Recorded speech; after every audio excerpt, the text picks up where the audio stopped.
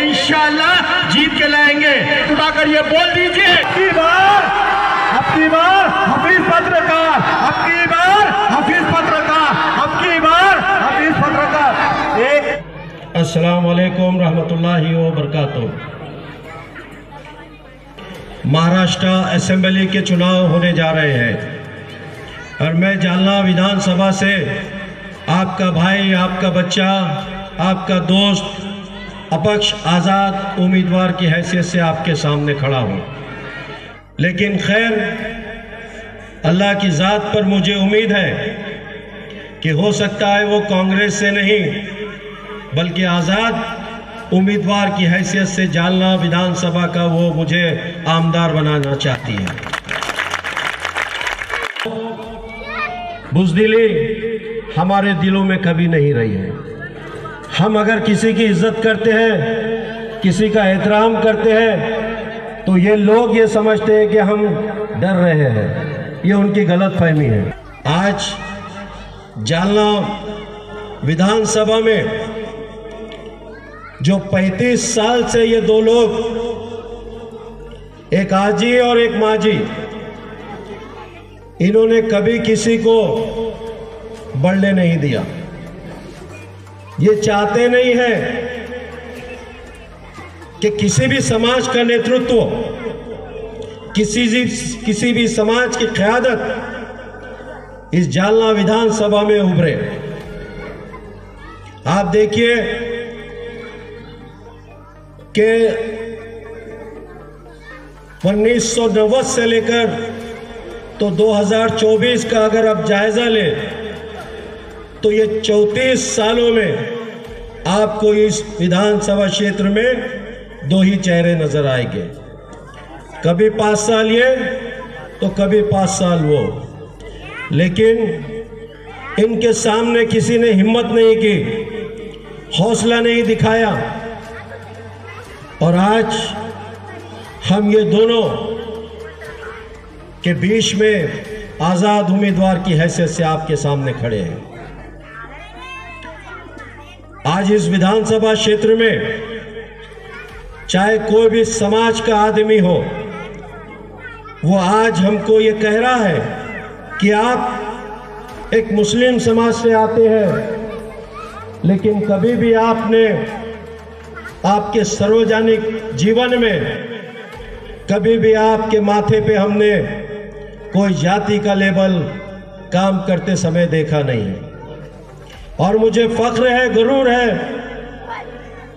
गर्व है कि ऐसी जमीन जहां पे आपके भाई को मराठी पत्रकार संगठन का इतिहास में, महाराष्ट्र के इतिहास में 16 साल अध्यक्ष बने रहने का बहुमान किसी को मिला होगा तो वो आपके भाई, आपके बच्चे अब्दुल हफीज को मिला।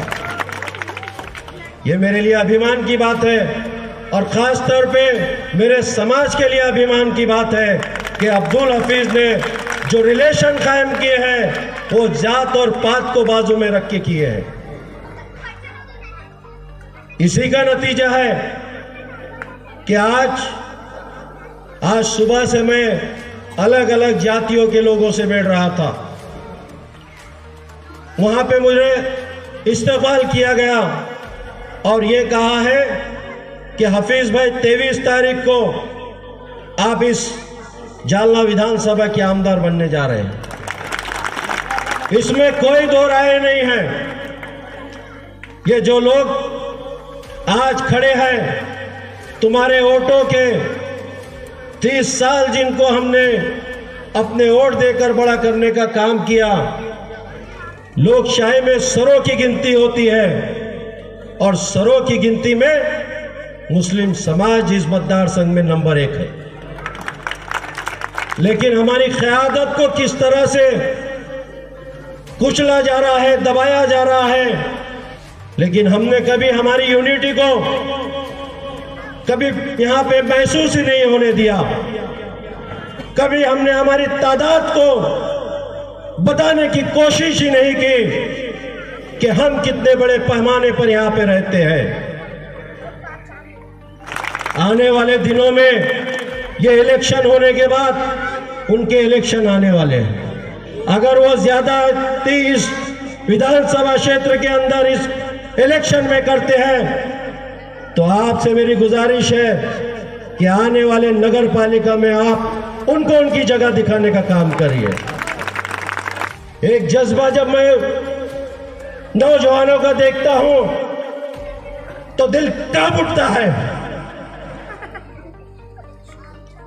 कि कितने साल हो गए यहां पे हमारी क़यादत नहीं पैदा होने दी गई। क्या इनको इनकी गूंज सुनाई नहीं देती? क्या तुम्हारे जमीन मुर्दा हो गए हैं? क्या कोई आज इस मुसलमानों के बारे में सोचता क्यों नहीं है? क्या हमारी क़यादत इतनी कमजोर हो गई है कि हम किसी को एक्सेप्ट करने को तैयार नहीं है? अरे अब्दुल हफीज नहीं, कोई बाबर खान को ले लीजिए, कोई बाबर खान नहीं, इकबाल पातशाह को ले लीजिए, अगर इकबाल पातशाह नहीं अहमद बिन सईद चौश को ले लीजिए, मगर किसी की तो क़यादत को एक्सेप्ट करिए। अगर हम क़यादत को एक्सेप्ट नहीं करेंगे, न समझोगे तो मिट जाओगे। ऐ मुसलमानों, तुम्हारी दास्तान लोगों की दास्तानों में आज वो वक्त आ गया है। तारीख याद रखेगी कि 2024 का ये इलेक्शन ये जालना विधानसभा का नहीं, पूरे महाराष्ट्र की मुस्लिम क़यादत को एक नई राह दिखाने का काम कर रहा है। आइए आप और हम मिलकर ये अहद करें कि दुनिया की कोई ताकत अब हमें 2024 में रोक नहीं सकती। ये वोट आपको पता है, जिस बाबा साहेब अम्बेडकर ने यह घटना लिखी, उस बाबा साहेब अम्बेडकर ने उनके समाज को कहा था, उठा, संघर्ष करा, शिका आणि संगठित हुआ। जिनके पास कोई ईमान की ताकत नहीं, लेकिन एक आदमी के बोलने पर अगर वो 50 जातियों में 50 जमातों में बैठे हैं तो एक साथ में बाबा साहेब भीमराव अंबेडकर के नाम पर खड़े होने का काम हमारा दलित समाज करता है। तो हम क्यों नहीं करते? एक ही सफ में खड़े हो गए। महमूद हुआयास ना कोई बंदा रहा, ना कोई बंदा नवाज। इस तरह की कैफियत क्यों नहीं होती हमारी? कितने जुल्म सहेंगे तुम? आज कहीं ना कहीं बेगुनाह नौजवानों को जेलों में डालने का काम हो रहा है। हमारे कारोबार को बंद किया जा रहा है। क्या आपको लगता नहीं जो है तो तरह तरह के लोगों के दरों पे जाकर भीख मांगने का काम कर रहे हैं। इसके वजह से हमारा ईमान कमजोर हो गया है और ईमान की जो दौलत थी वो हमसे निकलती हुई जा रही है। आज हमें सोचने की यह भी जरूरत है कि जालना शहर ये महानगर पालिका हो चुका है, जिनके हाथ में हमने बरसों बरसों महानगर पालिका नगर पालिका दे रखी है। आज हमारे बस्तियों की क्या हालत है। लेकिन हमारा, चाहे वो दलित समाज हो, मुस्लिम समाज हो, भटका समाज हो, 18 जाति हो, इनको सुख और सुविधा की कोई चीजें यहां पर हमको देखने को नहीं मिलती है। यह नेशनल नगर कब से आबाद हुआ, लेकिन आज आज तक यहाँ पे रोडों की हालत देखिए, यहाँ पे नालियाँ है लेकिन नालियाँ कहाँ चलती है, कहाँ बहती है आपको पता है, सब रास्तों पे निकलती है। लाइट का तो पता नहीं लाइट रहती या नहीं रहती है, स्कूल तो यहाँ पर है ही नहीं है। तो जिस कौम के पास में अगर एजुकेशन के लिए बच्चों को बाहर जाना पड़ता तो ताज्जुब की बात है। आपको मैं इतना ही कहता हूँ कि आने वाली 20 तारीख को आप किसी की भी बहकावे में मत आइए। आपका भाई आपकी दुआओं से चुनकर आ रहा है, इसमें कोई शक नहीं है, कोई शक नहीं। आप छोड़ दीजिए अल्लाह के, हम जो है तो देखिए कि हमारा काम है मेहनत करना, कोशिश करना, और असबाब पैदा करने वाली ज़ात सिर्फ अल्लाह की है।